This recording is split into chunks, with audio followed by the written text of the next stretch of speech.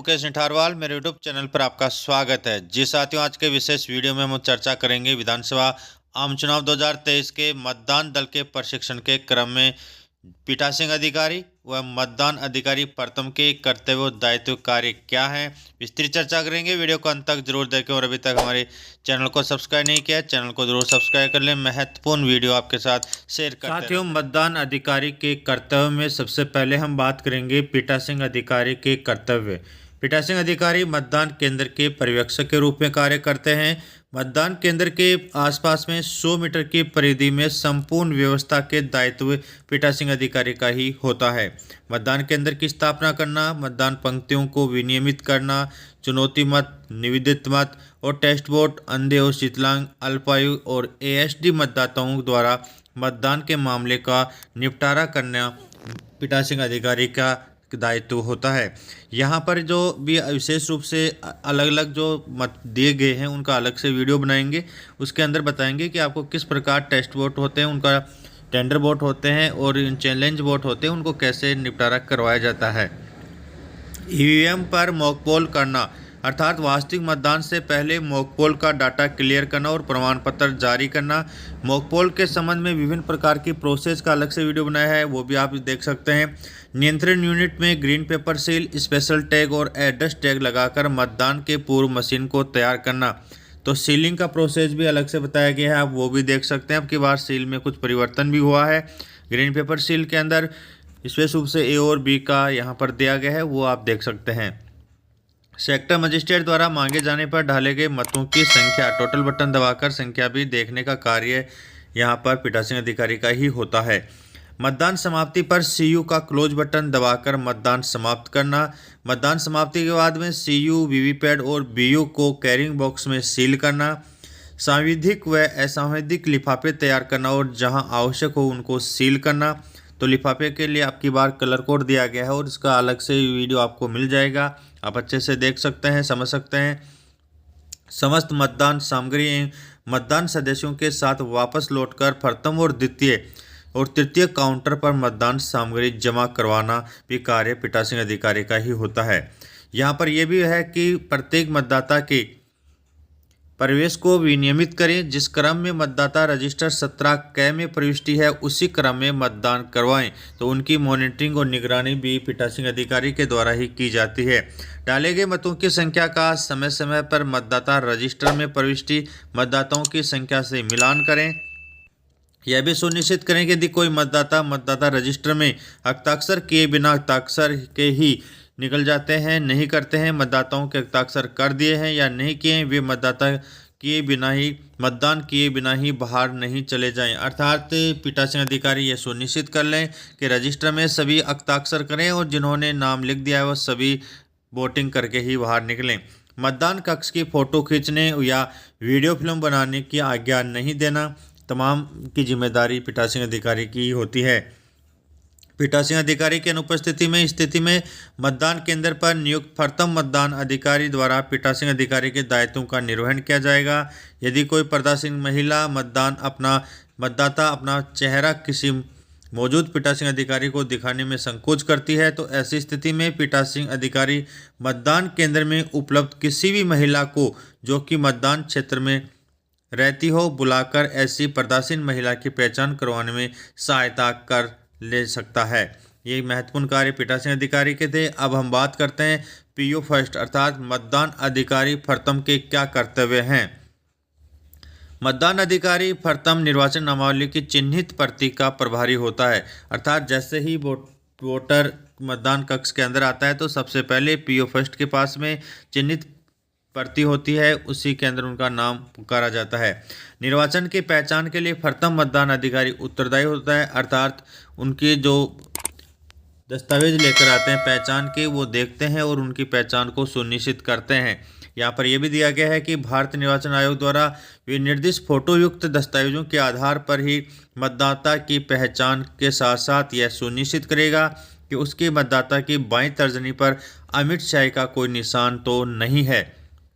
ये इसलिए है कि वहाँ पर यदि पीओ फर्स्ट से यदि मतदाता आगे निकल जाता है तो फिर उसकी पहचान को चुनौती नहीं दी जा सकती। निर्वाचक की पहचान की सत्यता समुचित रूप से निर्वाचन नामावली में की गई प्रविष्टि के संदर्भ में ही करनी चाहिए। प्रशासन के द्वारा मतदाता सूची जो पर्ची है, वोटर इन्फॉर्मेशन जो स्लिप है, वितरित की जाती है, जिससे मतदाता की क्रम संख्या ही ज्ञात की जाएगी। इस पर्ची से मतदाता का फोटो नहीं छपा होगा और यह पर्ची प्रशासन द्वारा बीएलओ की सहायता से बांटी जाती है, किंतु यह पहचान का दस्तावेज नहीं है। साथियों, यहाँ पर विशेष रूप से देखें कि जो यहाँ पर आप बात कर रहे हैं मतदाता सूची की जो पर्ची है वो केवल यहाँ पर पीओ फर्स्ट को नाम मिलाने के लिए, सहायता के लिए ही बीएलओ के द्वारा बांटी जाती है। इसमें पहचान के लिए इसको दस्तावेज नहीं माना गया है। मतदाता सूची में उपलब्ध फोटो से मतदाता की पहचान करना अनिवार्य है और साथ ही किसी फोटोयुक्त पहचान दस्तावेज को भी लाना जरूरी है। इसमें भी संशोधन हो गया है। यहाँ पर इपिक के अलावा जो 12 थे उनमें से एक और ऐड कर दिया गया है। CWSN वालों के लिए उनका प्रमाण पत्र भी मान्य किया गया है। तो इपिक के अलावा यहाँ पर जो 12 दस्तावेज और हैं, कुल मिलाकर 13 दस्तावेज हो गए हैं।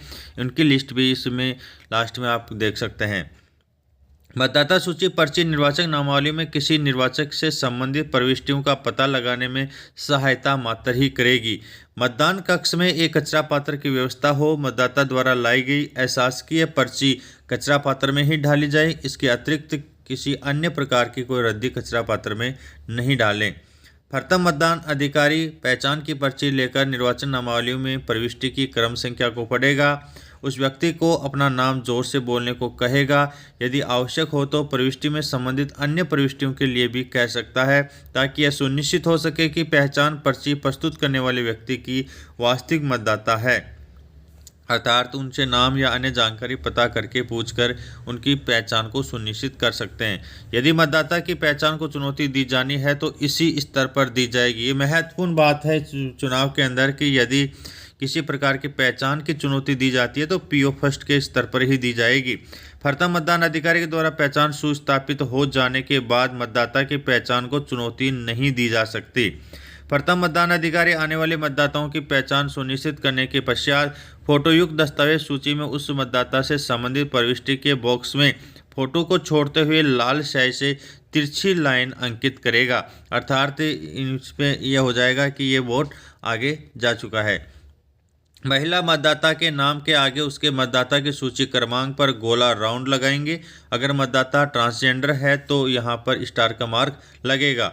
जिन मतदाताओं की पहचान मतदाता फोटो पहचान पत्रों के आधार पर की जाएगी उसके नाम के बाईं ओर ई अंकित किया जाएगा और अन्य वैकल्पिक दस्तावेजों के आधार पर पहचान की गई है तो नाम के आगे डी अंकित किया जाएगा, अर्थात यदि ईपी के द्वारा हुआ है तो ई अंकित करेंगे या अन्य डॉक्यूमेंट्स के आधार पर हुआ है तो यहाँ पर डी अंकित होगा।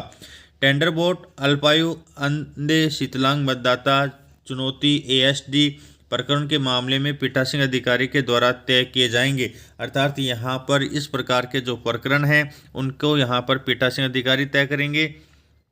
साथ ही यदि हम बात करें यदि मतदाता सूची में मुद्रण में त्रुटिवश किसी मतदाता की आयु, लिंग या नाम गलत मुद्रित हो गया है परंतु ऐसे मतदाताओं की पहचान अन्यथा सुनिश्चित हो जाती है तो उसे मत देने के लिए अनुज्ञात किया जाएगा, अर्थात यदि कोई त्रुटि रह गई मुद्रण में, यदि प्रिंटिंग में कोई मिस्टेक हो गई है तो उसे इश्यू न बनाए, उन्हें वोट देने के लिए अनुज्ञात किया जाएगा। आप यहाँ पर देख सकते हैं कि यदि कोई महिला है तो उसके यहाँ पर वोटर लिस्ट में जैसे ये यहाँ पर आप देख रहे हैं कि गोला लगाया गया है, तिरछी लाइन सभी के लगानी है, तो इस प्रकार यहाँ पर पीओ फर्स्ट के द्वारा इस प्रकार का कार्य किया जाएगा। ये निर्वाचन जो नामावली है में चिन्ह में नमूने यहाँ पर दिए गए हैं। तो साथियों पीओ फर्स्ट और पीठासीन अधिकारी के द्वारा दिए गए कर्तव्यों की हमने यहाँ पर यदि हम यहाँ पर मतदान के लिए अधिकृत पहचान दस्तावेजों की बात करें तो सबसे पहले मतदान फोटो पहचान पत्र इपिक यहाँ पर दिया गया है, आप यहाँ पर देख सकते हैं। आधार कार्ड को माना गया है, मनरेगा कार्ड जॉब को यहाँ पे माना गया है, बैंकों और डाकघर द्वारा जारी की गई फोटोयुक्त पासबुक को माना गया है, श्रम मंत्रालय की योजना के अंतर्गत जारी स्वास्थ्य बीमा कार्ड स्मार्ट कार्ड को माना गया है, ड्राइविंग लाइसेंस को माना गया है, पैन कार्ड, NPR के अंतर्गत RGI द्वारा जारी किए गए स्मार्ट कार्ड, पासपोर्ट यहाँ पे लिया गया है, फोटोयुक्त पेंशन दस्तावेज, राज्य और केंद्र सरकार के लोक उपक्रम पब्लिक लिमिटेड कंपनियों के द्वारा अपने कर्मचारियों को जारी किए गए फोटोयुक्त सेवा कार्ड माना गया है। सांसदों, विधायकों और विधान परिषद सदस्यों को जारी किए गए सरकारी पहचान पत्र यहाँ पे माना गया है। साथ ही इसके अंदर जो संशोधन हुआ है उसको भी हम चर्चा करेंगे। यहाँ पर आप देख सकते हैं कि 11/10/2023 के नवीनतम अपडेट के आदेश की बात करें तो विधानसभा आम चुनाव में मतदान केंद्रों के मतदाताओं की पहचान के क्रम में दस्तावेज हैं, उसमें स्पष्ट रूप से लिखा गया है कि मतदान केंद्रों पर मतदाताओं की पहचान के लिए भारत निर्वाचन आयोग ने प्रेस नोट जारी कर निम्नलिखित दिशा निर्देश जारी किए गए। इसमें आप देख सकते हैं कि जो आपका ईपिक है, ईपिक के अलावा अन्य 12 दस्तावेजों को माना गया है। जो अभी हमने 11 दस्तावेज बात की हैं, उसके बाद में एक लास्ट के अंदर एक और ऐड कर दिया गया है, यूनिक डिसेबिलिटी आईडी अर्थात UDID कार्ड। ये आप देख सकते हैं यहाँ पर इसके कार्ड के अंदर social justice employment government of India के द्वारा विशिष्ट विकलांगता ID कार्ड होता है। सामाजिक न्याय अधिकारिता मंत्रालय भारत सरकार के द्वारा जो कार्ड जारी किया जाता है उसको भी मतदान केंद्रों के मतदाताओं के अधिकृत पहचान पत्र में शामिल कर लिया है। अर्थात यहाँ पर आप देख सकते हैं कि ईपिक के अलावा ये जो ईपिक दिया गया है, इस ईपिक के अलावा भी आप यहाँ पर 12 दस्तावेजों को मान लिया गया है जिसकी हमने यहाँ पे चर्चा की है। तो साथ ही वीडियो को अंत तक देखने के लिए बहुत बहुत धन्यवाद। और अभी तक हमारे चैनल को सब्सक्राइब नहीं किया है, चैनल को जरूर सब्सक्राइब कर लें। इसी प्रकार के नवीनतम अपडेट हम आपके लिए लाते रहते हैं।